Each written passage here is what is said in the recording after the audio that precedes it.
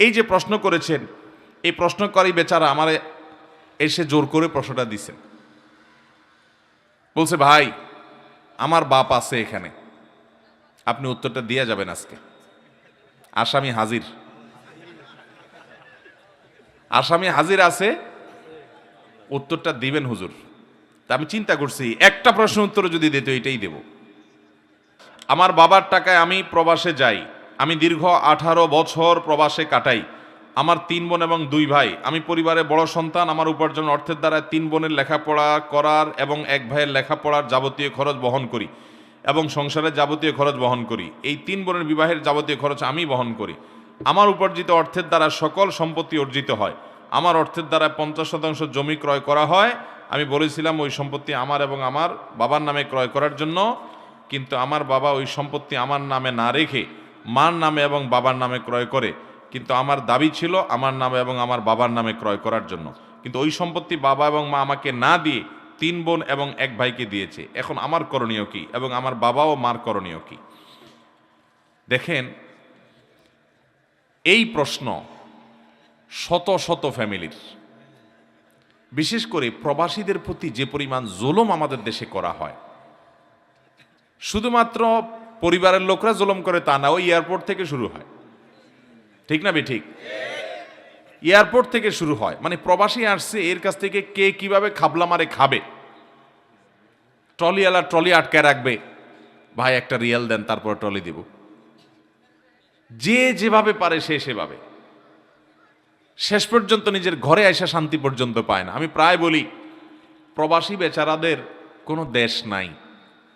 দেশের অর্থনীতির মিডল ইস্টে যারা থাকেন তারা জানেন, তাদেরকে ওই দেশের মানুষেরা, মনে করেন সৌদি আরবে থাকেন, তো সৌদির নাগরিকেরা তাদেরকে বলে আজনবী। আজনবী সৌদি বা আরব কান্ট্রিগুলোতে ওখানকার স্থানীয় ভাষায় আমাদেরকে, অর্থাৎ বাহির থেকে যারা সেখানে কাজের জন্য গেছেন, শ্রমিক বিষয়ে গেছেন, তাদেরকে কি বলে?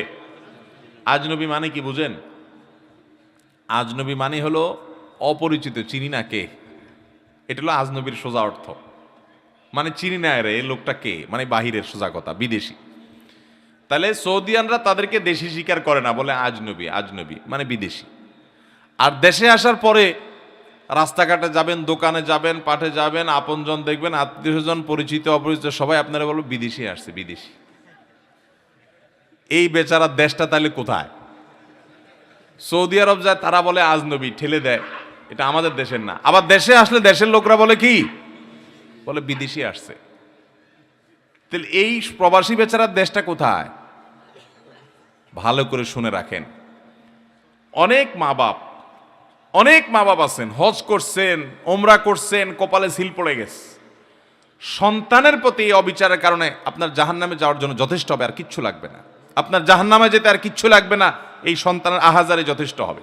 ভালো করে শুনে রাখেন, কোন সন্তান বাবা মার টাকা নিয়ে বিদেশ গেছে, জমি জমা বিক্রি করে বিদেশ গেছে, তার কর্তব্য হলো বাবা মার যে টাকা দিয়ে জমি জমা বিক্রি করে বিদেশ গেছে, যে টাকা খরচ করে বিদেশ গেছে, ইনকাম করার পর প্রথম সেটা পরিশোধ করে বাবা মার সম্পদ কিনে দেওয়া, যাতে সব ভাই বোন সমানভাবে পায়। এরপর সে যেহেতু আগে গেছে, অন্যরা যদি ছোটখাটো হয়, তাহলে সে যেহেতু উপার্জনক্ষম, তার কর্তব্য এদের ভরণ পোষণ, এদের খরচের জন্য ব্যবস্থা করে। যদি বাপুর উপার্জন না থাকে, তখন সে অভিভাবক হিসাবে সে দেখভাল করবে, আল্লাহ তাকে সামর্থ্য দিচ্ছে, এবং তার নৈতিক দায়িত্ব থাকবে সাধ্য অনুযায়ী ভাই বোনকে হেল্প করা, এটা সে করবে। কিন্তু এর মানে এই না সে সারা জীবন যত উপার্জন করবে, জমি জমা করবে, ব্যাংক ব্যালেন্স করবে, সব বাপ নিজের নামে করবে, এবং অন্যান্য ছেলে মেয়ে যেগুলা রাস্তায় টোটো কোম্পানির ম্যানেজারি করে ঘুরে বেড়াইছে, ওইগুলারও ভাগ দিয়ে দিবে ওর কষ্টের টাকা। এটা কোনোদিন জায়েজ হবে? এই যে প্রশ্ন করেছেন, এই প্রশ্নকারী বেচারা আমার এসে জোর করে প্রশ্নটা দিছেন। বলছে, ভাই আমার বাপ আছে এখানে, আপনি উত্তরটা দিয়ে যাবেন আজকে। আসামি হাজির, আসামি হাজির আছে, উত্তরটা দিবেন হুজুর। তা আমি চিন্তা করছি একটা প্রশ্ন উত্তর যদি দিত এটাই দেব। এরকম আসামি আমাদের দেশে আছে না নাই? অনেক। বাবারা ভালো করে শুনে রাখেন, সন্তানের প্রতি জুলুম করলে আল্লাহ বিচার করবেন কি করবেন না? আপনি এটা মনে করিয়েন না যে আমারই তো ছেলে, তার প্রতি জুলুম করলে আবার কিসের বিচার। জি না, আল্লাহ তাআলা কোনো জুলুমের ছাড় দিবেন। অতএব আপনার সন্তান টাকা পয়সা দিয়ে আপনাকে জমি কিনতে বলছে, আপনি আপনার নিজের নামে কিনে এরপর অন্য ছেলে মেয়েদের ভাগ করে দিয়ে দিচ্ছেন, তাকে দিচ্ছেনই না তার সম্পদ। আমি এই ভাইকে বলবো, আপনি আইনি লড়াই করে যদি নেওয়ার সুযোগ থাকে, যদিও আপনার আইনি লড়াই করে নেওয়ার সুযোগ খুব একটা নাই, কারণ আপনার কোনো এভিডেন্স প্রমাণ নাই। যদি আপনার সুযোগ থাকে আপনি আপনার হক আদায় করতে পারেন, কিন্তু বাবা মার সাথে বেয়াদবি করা যাবে না, অসম্মান করা যাবে না। আপনি আপনার অধিকার অন্যায়ভাবে বঞ্চিত হলে আপনি সেটা আদায় করতে পারেন। আর যদি আপনি ছাড় দেন, আল্লাহর জন্য মাফ করে দেন বাবা মা, আল্লাহ তাআলা আপনাকে তার জন্য আজর এবং বিনিময় দান করবেন। কিন্তু বাবা মার জন্য এটা অবশ্যই গুনাহের কথা যে সন্তানের সম্পদ কিভাবে আত্মসাৎ করবেন। যারা বিদেশে যায়, আমি বহু পরিবারে দেখেছি যে বেশিরভাগ বিদেশিদের ওই বেচারা প্রবাসে থেকে তার জীবনটা শেষ হয়ে যায়, বুড়া বয়সে আসে, তার আর কিছুই থাকে না, সব ভাগযোগ করে নিয়ে যায়। তারই টাকায় ভাই বোন পড়ালেখা করে বড় মানুষের পরে ভাইকে আর চিনেও না, আছে না নাই?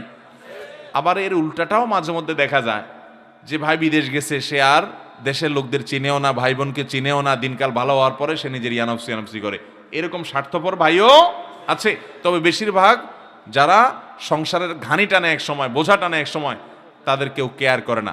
সেই সব ভাইদেরকে আমি বলবো, কেউ কেয়ার না করুক, আল্লাহকে খুশি করবার জন্য করবেন, তাহলে আল্লাহ আপনাকে অবশ্যই কেয়ার করবেন, বিনিময় দিবেন। এরপরে প্রশ্ন, আমি আব্দুল আউয়াল, যে কোনো নতুন কাপড় সেলাই করা বা রেডিমেড কেনার পর না ধুয়ে পরিধান করলে নামাজ পড়লে নামাজ হবে কিনা? নতুন কাপড় বাজার থেকে কিনে আনছেন, এটা পরে নামাজ পড়লে নামাজ হবে? আপনাদের কি মনে হয়, হবে নাকি হবে না? হবে না। মিশ্র অনুভূতি। যারা হবে না বলতেছেন, কারণ কি বলেন? হ্যাঁ, নাপাক থাকতে পারে। আমি জানি না এটা কিভাবে দুইছে টুইছে, এই তো না ভাই, এটা সঠিক না।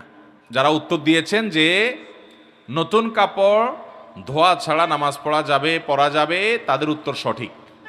হ্যাঁ, স্বাস্থ্যগত কারণ বিবেচনা করে আপনি ধুইলেন, সেটা ভিন্ন কথা, যে মার খসখসে অথবা জীবাণু থাকতে পারে ইত্যাদি ইত্যাদি, সেটা ভিন্ন বিষয়। বাট পবিত্র অপবিত্রতা যদি প্রশ্ন তোলেন, তাহলে আমি বলবো একটা কাপড় বাজার থেকে কিনে আনছেন কিংবা সেলাই করে আনছেন দর্জির দোকান থেকে, বা রেডিমেড কিনে আনছেন, এই কাপড় পরে আপনি ডাইরেক্ট নামাজ পড়তে পারবেন, এটা ধোয়া কোনো জরুরি না, বিশেষ করে যদি ওইটাতে কোনো নাপাক দেখা না যায়। কারণ কোনো নাপাকের আলামত যদি না থাকে, গন্ধ নাই, নাপাক দেখা যায় না, তাহলে ওটা পাক।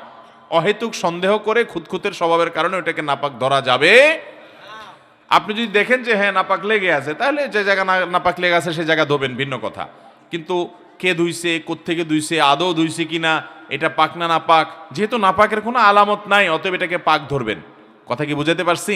বিধায় নতুন কাপড় অথবা সেলাই করে আনছেন দর্জি দোকান থেকে, সেই সমস্ত কাপড় চোপড় এগুলো আপনার সরাসরি পরা যাবে, নামাজ পড়া যাবে, কোনো অসুবিধা নেই। তবে ধুয়ে নিতে পারলে স্বাস্থ্যগত দিক থেকে, নানা দিক থেকে ভালো হতে পারে, সেটা ভিন্ন বিষয়।